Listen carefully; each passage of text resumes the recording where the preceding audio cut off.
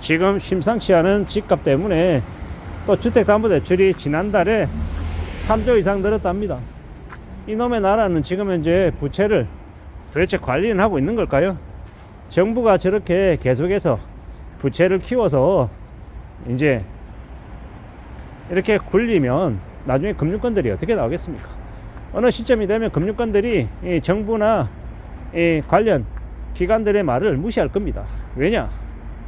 이제 자기들이 안 되겠거든요. 이제는 정부에서 이제 뭡니까? 그 대출 이자의 일정 부분을 세금으로 보전해주고 뭘 하고 해도 금리 올리고요.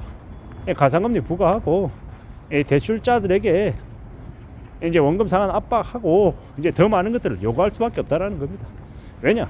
그렇게 하지 않으면 금융권들 자기들이 무너지게 생겼으니까요. 지금 정책 자금으로 해준 대출이 너무 많고 그 대출자들이 안정적으로 계속 대출을 잘 갚아가고 하면 이 금융권들이 문제가 없을 텐데 지금 현재 금융권들이 예사롭지 않다라고 합니다. 제2금융권에 일하는 사람들은 지금 연체가 심해서 그게 제일 머리 아프다고 얘기할 정도입니다. 심상치 않다라는 겁니다. 이 건설 쪽에 종사하는 사람들 그냥 입도 아물고 있습니다. 말 안 합니다. 왜냐? 힘드냐? 힘들다. 야 죽겠다. 야 이런 말도 어느 정도 힘들 때 얘기할 수 있는 말입니다. 그냥 말을 안 한다라는 건 뭡니까? 말은 안 하고 얼굴은 잿빛이 되어 있습니다. 아주 심각하다라는 거죠. 온라인 한다라는 겁니다. 뭐가요? 구도가요. 그 정도로 예사롭지 않다라는 겁니다.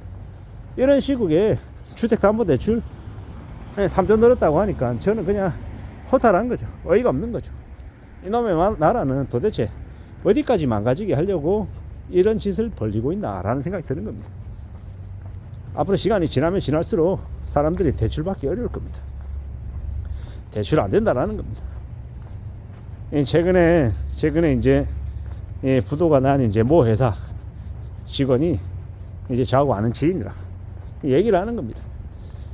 아, 대출을 받아야 되는데 대출 1억 받아야 되는데 대출이 나올지 안 나올지 걱정이다 라고 얘기하길래 제가 뭐라고 했냐면 원래 1억이 나오는 거면 아마 지금 상황에서는 대출이 3천만 원도 안 나올 거다.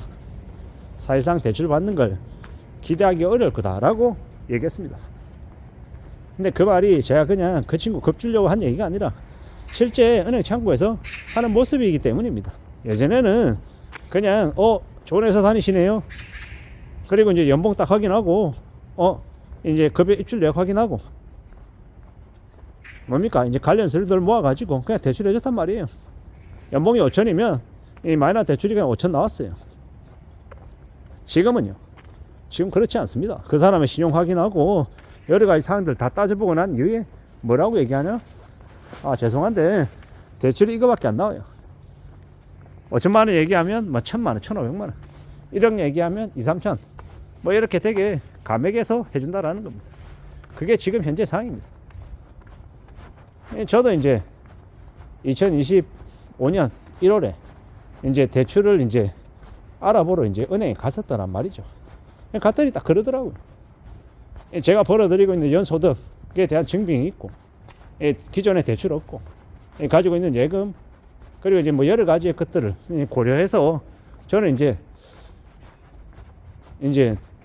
대출 이율이 좀 더 낮지 않을까라는 기대감으로 이제 그렇게 했었는데, 생각보다 작더라고요.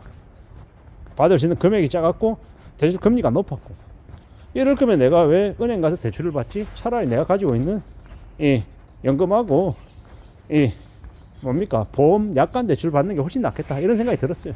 근데 그 은행 창구에 있는 직원에게 그 얘기를 똑같이 했더니 실제로 그렇게 얘기하더라고요. 자기네 은행 창구에서 대출 받는 것보다 지금은 보험하고 뭐 연금 담보 대출로 받는 게 훨씬 더 이율이 좋고 대출 한도가 더 많이 나오실 거예요 라고 말입니다. 참 좀 의외였던 거죠. 이런 경험을 처음 했으니까. 왜냐? 2025년 말고 그래도 2020년인지 2021년이 조금 헷갈리긴 하는데 그때는 이제 제가 받는 연봉의 한 1.5배 이상을 대출을 해준다고 하고 그 당시에는 대출 이자가 1.8이었나 1.7이었나 그 정도밖에 안 됐어요. 근데 이제 몇 년 사이에 대출 이자는 뭐 6%로 올라가고 분위기가 예사롭지 않더라고요. 그냥 대출 안 받겠다고 그냥 이제 아내하고 얘기하고 그냥 말았습니다만은 참 좀 분위기가 많이 달라졌더라는 거. 아마 시간이 지나면 지날수록 아마 더 심해질 것 같습니다.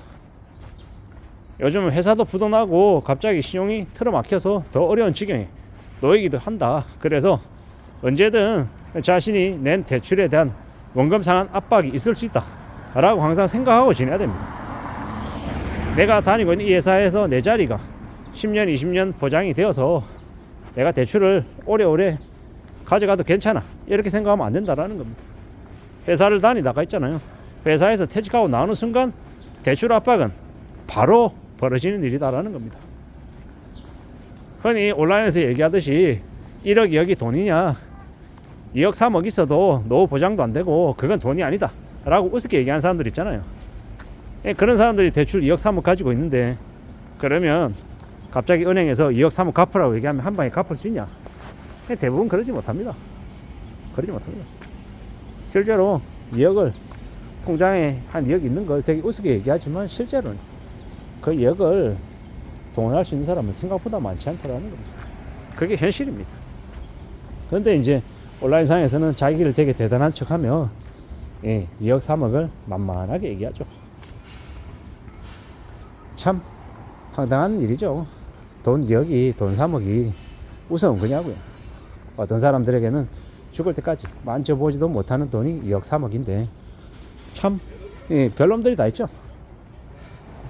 그게 언론에서 자기가 이제 이 온라인상에서 자기가 대단한 존재인 것처럼 떠벌리려고 그렇게 말하는데 현실 세계에서 우리가 빚을 내고 산다라는 거 참 쉽지 않은 삶입니다. 저도 지금이야 빚이 없지, 저도 빚이 있던 시절이 있었거든요.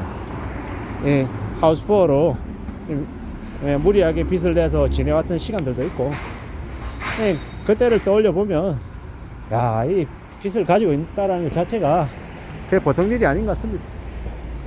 매달 왜 그렇게 빨리 돌아오는지 이자 내는 날은. 그리고 가계부도 지저분해지고요. 엉망인 거죠. 내가 빚이 얼마나 있는지, 빚이 얼마나 줄어들고 있긴 한가, 뭐 이런 거에 대한 정리도 잘 안 되고 좀 그랬었습니다. 지나고 보니까 참 지금처럼 빚 없이 사는 게 얼마나 감사한 일인지 지금은 너무도 잘 알죠. 지금은 빚이 없이 깔끔하게 사는 게 참 좋은 것 같습니다. 빚이 있으면 삶도 지저분해지고 우리의 일상이 통제가 잘 안 되더라고요. 아무쪼록 안전하게 살아가길 바라고요. 무리하게 욕심 안 부리고 최대한 분수시키며 살아가는 게 좋다라는 말씀을 드립니다. 우리의 시대가 좀 그래도 무탈하고 안전해지려면 어떻게 해야 된다? 자기 분수에 맞춰 살아가고 성실하게 열심히 땀 흘려서 일하고 남들보다 더 열심히 일하고요. 그리고 미래를 위한 준비, 저축하고 목돈 마련하고 계속해서 지난달보다 이번달보다 다음달 돈이 더 늘어나면 그러면 잘하고 있는 겁니다. 아무쪼록 안전하게 살아가기를 진심으로 바랍니다. 이상입니다.